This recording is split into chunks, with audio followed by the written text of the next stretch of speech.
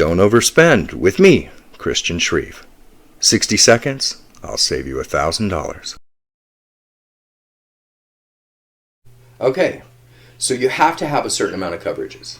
If you live in Utah, they've got this little thing called personal injury protection. It's money that's instantly available in an accident, $3,000, $5,000, whatever.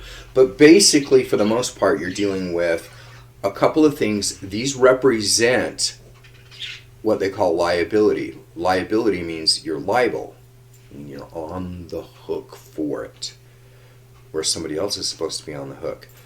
There are only a couple of places that you need to think about when we go over one number and two number. The first is bodily injury liability or at fault. I'm just going to use the at fault. When you hear liability, you think liable. When you hear liable, you think at fault.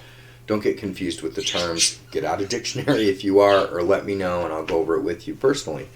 But the first category is body injury. Somebody's hurt. How much do you have available? The second lined up is property damage. Now, interestingly enough, this can be very expensive very quickly. And a lot of really good drivers need to have really good property damage. Why? Because they're actually more likely in many cases to get in an accident hitting an object, a sign, a fence, a post, a business, than they are hitting a person. Why? Because they're paying attention on the road. The toddler's probably going to be safe if he follows the ball into the street. Real story. Ask me about it, I'll tell you. Or the senior who's crossing at the wrong time and they're going to veer off and hit something. You do want to have adequate protection. And if you're a good driver, they're going to make good protection really cheap. I've seen a lot of times where I can get somebody from $50,000 to $100,000, 100's a good number, for less than $7 a year. So we have our first one, bodily injury liability. You hurt somebody. Second, you hurt some stuff. But what happens if you get in an accident and somebody hits you and they either don't have enough insurance or they don't have any? You are required by law to pay for coverage for yourself. Bodily injury liability, if they're underinsured, they don't have enough. Uninsured, they don't have any. Some people say to me on a regular basis, I have good medical coverage. Heck, last one said I work at a hospital. Right. You want to file a claim on your own personal insurance for $100,000 worth of bodily injury on you and watch what that does to your premiums? It's cheaper to do it this way most of the time. So what do we have? These are the main categories: bodily injury, property damage, underinsured, uninsured.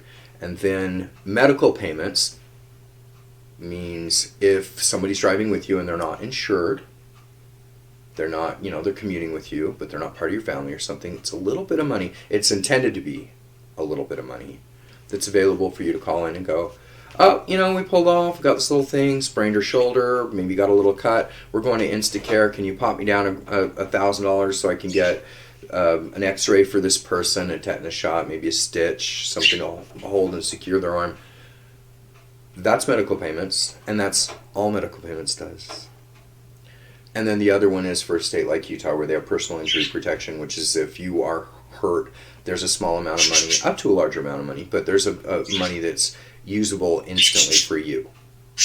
Those are the only pieces that are a part of...